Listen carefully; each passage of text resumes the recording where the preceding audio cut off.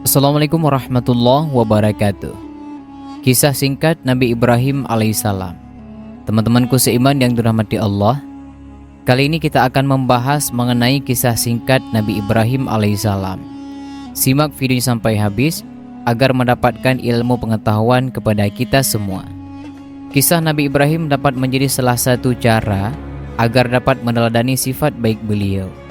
Kisahnya diabadikan di dalam Al-Quran sebagai pelajaran dan pengajaran lengkap dengan cerita dari kaumnya. Bahkan teman-teman, tidak jarang menampakkan azab terhadap para penentang di masa itu. Kisah Nabi ke-6 yang mendapatkan julukan sebagai bapak para nabi, sebab dari beliau lahir para pejuang di jalan Allah Subhanahu wa Ta'ala yang ditujukan pada kaum di masanya. Kisah perjalanan selama hidupnya dapat menjadi teladan dan pelajaran berharga untuk umat setelahnya. Berikut penjelasannya di bawah ini. Yang pertama, orang tua Nabi Ibrahim. Dinukil dari buku karya Syekh Muhammad bin Ahmad bin Ilyas berjudul Kisah Penciptaan dan Tokoh-tokoh Sepanjang Zaman, menyebutkan bahwa Zar merupakan pamannya, sedangkan untuk ibunya bernama Layutha, yakni seorang wanita yang menyembunyikan keimanannya. Menurut salah satu sumber, Nabi Ibrahim dilahirkan di sebuah kampung bernama Barzakh. Tepatnya terletak di daerah Damaskus, yakni sebuah gua yang sangat terkenal. Dikatakan apabila berdoa di dalamnya, maka semua pengharapannya akan dikabulkan. Yang kedua, kelahiran Nabi Ibrahim. Sebelum kelahiran Nabi Ibrahim, teman-teman, para ahli nujum memberitahukan kepada Raja Namrud bahwa akan lahir seorang anak laki-laki yang akan membinasakannya kelak. Oleh sebab itu teman-teman, ia memerintahkan prajurit untuk mencarinya supaya yang diramalkan tidak menjadi kenyataan. Lantas anak laki-laki yang lahir di tahun itu dibunuh, bahkan para lelaki dilarang menggauli istrinya, bahkan setiap rumah dijaga oleh para pegawai istana. Beberapa waktu setelahnya, dukunnya memberitahukan bahwa waktu kelahiran dari pembahasannya kelak sudah sangat dekat. Yang ketiga, keanehan saat kelahirannya. Ketika masa melahirkan sudah dekat, ibu daripada Nabi Ibrahim masuk ke dalam gua agar tidak diketahui oleh pengawal kerajaan, agar anak yang dikandungnya selamat. Wajah mungilnya saat itu memancarkan cahaya tepat pada keningnya. Saat itulah terjadi berbagai keanehan di wilayah tersebut. Berhala yang mulanya kokoh berdiri, tiba-tiba berjatuhan. Balkon gedung Namrud ambruk, dan bahkan mahkota jatuh dari kepalanya. Selanjutnya, ibu Nabi Ibrahim menutup pintu gua untuk melindunginya supaya tidak sampai ditemukan oleh orang-orang yang berniat jahat. Yang keempat, kehidupan Nabi Ibrahim setelah dilahirkan. Tepatnya 1 minggu setelah di gua, ibu Nabi Ibrahim mendapati putranya sedang meminum susu dari ibu jari, sedangkan madu dan keju pada jari lainnya. Setelah itu ditinggalkannya dan kembali lagi tepat 1 tahun. Pertumbuhannya terbilang lebih pesat jika dibandingkan dengan anak-anak seusianya. Setiap bulannya Nabi Ibrahim tumbuh layaknya anak berusia 1 tahun. Ketika keluar dari gua, ditaksir usianya layaknya anak berusia 12 tahun. Saat itu teman-teman, Nabi Ibrahim kecil sedang mencari Tuhannya dengan menafakuri kejadian besar seperti matahari terbit, gunung, laut, dan sebagainya. Yang kelima adalah proses perjalanannya mencari Tuhan. Sesaat setelah keluarnya dari gua, Nabi Ibrahim berusaha mencari Tuhannya dengan berbagai cara. Hal ini diabadikan di dalam Al-Quran yang terdapat pada beberapa surat khusus. Tujuannya adalah sebagai rekam jejak dan pelajaran bagi manusia agar mengetahui seberapa besar kekuasaan Allah Subhanahu wa Ta'ala. Hanya saja teman-teman, saat pencariannya, Nabi Ibrahim menemukan fakta bahwa yang ia anggap besar tidak bertahan lama, dan pada saat itu muncul anggapan jika ada lebih berkuasa. Dalam ayat Al-Quran disebutkan, sesungguhnya jika Tuhan tidak memberikan petunjuk, maka aku termasuk orang sesat. Yang keenam adalah awal mula dakwah Nabi Ibrahim.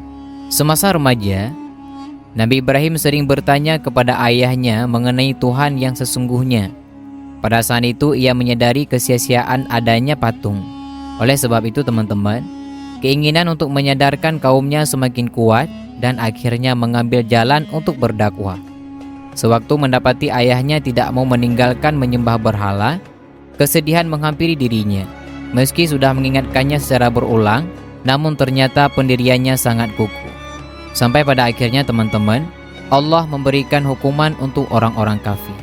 Sedangkan yang ketujuh adalah Nabi Ibrahim memperingatkan kaumnya. Saat itu masyarakat di Baitul Maqdis mayoritas penduduknya masih menyembah berhala. Namun kenyataan pahit harus diterimanya, bahwa pembuat semua patung tersebut adalah ayahnya sendiri. Bentuknya sendiri sangat banyak, salah satunya personifikasi dari rasi bintang. Dalam berdakwah, ada banyak halangan dan rintangan yang harus dihadapinya, termasuk menerima berbagai penolakan dari kaumnya sendiri, sehingga tetap menyembah patung. Mereka menganggap bahwa kepercayaan turun-temurun lebih kuat daripada ajaran Nabi Ibrahim alaihissalam. Sedangkan yang kedelapan adalah firman Allah Subhanahu wa taala tentang penolakan dakwah Nabi Ibrahim alaihissalam. Dakwah yang beliau sampaikan ditolak mentah-mentah oleh masyarakat sekitar. Bahkan tidak jarang teman-teman, mereka juga melakukan tindakan kekerasan. Salah satu alasannya yang termaktub di dalam Quran surah Al-Anbiya, yaitu membahas mengenai kami mendapati bapak-bapak kami menyembahnya. Meskipun terus mendapatkan penolakan, namun Nabi Ibrahim tetap menyebarkan ajaran tauhid, yakni mengesahkan Allah kepada masyarakatnya. Seiring berjalannya waktu teman-teman, mulai datang satu persatu orang menyatakan keimanannya. Hanya saja sebagian masih secara sembunyi-sembunyi karena mereka masih merasa ketakutan. Sedangkan yang kesembilan adalah perselisihan Nabi Ibrahim alaihissalam dengan Raja Namrud. Ketakutan Raja Namrud mengenai kematiannya semakin menghantui tatkala mendengar ada ajaran baru yang dibawa oleh Nabi Ibrahim alaihissalam. Selama sisa hidupnya, ia terus mencari cara agar ramalan yang dahulu pernah didengarnya tidak menjadi kenyataan menggunakan strategi ancaman. Awal perselisihan antara Nabi Ibrahim dan Namrud terjadi ketika utusan Allah tersebut meruntuhkan segala patung, terkecuali yang paling besar. Hal ini dijelaskan dalam Quran surah Al-Anbiya, yang intinya terkait jawaban atas pertanyaan kaumnya jika ajaran tauhid itu benar adanya dan ia dapat membuktikannya. Yang ke-10 adalah kelahiran Nabi Ishak. Allah Subhanahu wa taala memilih keluarga Nabi Ibrahim mendapatkan karunia istimewa di antara umat manusia di muka bumi ini. Atas perjuangannya menyebarkan ajaran ketuhanan, maka berita kelahiran Nabi Ishak dan Nabi Yakub menjadi suatu hadiah berharga setelah menantinya selama bertahun-tahun lamanya. Berita ini disampaikan malaikat langsung dengan mengunjungi kediaman Nabi Ibrahim. Wujud yang digunakan menyerupai manusia. Meskipun demikian teman-teman, beliau tetap menyadarinya karena pancaran auranya terlihat berbeda. Lantas untuk memuliakannya dipersiapkan hidangan istimewa. Yang ke-11 adalah akhir hayat Nabi Ibrahim. Perjalanan dakwah Nabi Ibrahim harus terhenti dan digantikan oleh putranya. Pada waktu itu teman-teman, beliau sedang duduk di teras rumahnya dan mengetahui kedatangan seorang lelaki tua dengan wajah lusuh sambil memegang tongkat. Ia pun mempersilakan untuk masuk, kemudian menjamunya. Tanpa disangka teman-teman, lelaki tua itu adalah malaikat Israel. Setelah 1 tahun berlalu, Israel datang kembali dengan wujud tampan. Namun sempat terjadi tawar-menawar ketika akan mencabut nyawanya. Hal ini bahkan membuat malaikat harus menyampaikan pesan kepada Allah Subhanahu wa taala. Dan demikianlah penjelasan mengenai sejarah singkat daripada Nabi Ibrahim alaihissalam. Semoga dari penjelasan ini dapat bermanfaat bagi kita semua. Amin ya rabbal alamin. Assalamualaikum warahmatullahi wabarakatuh.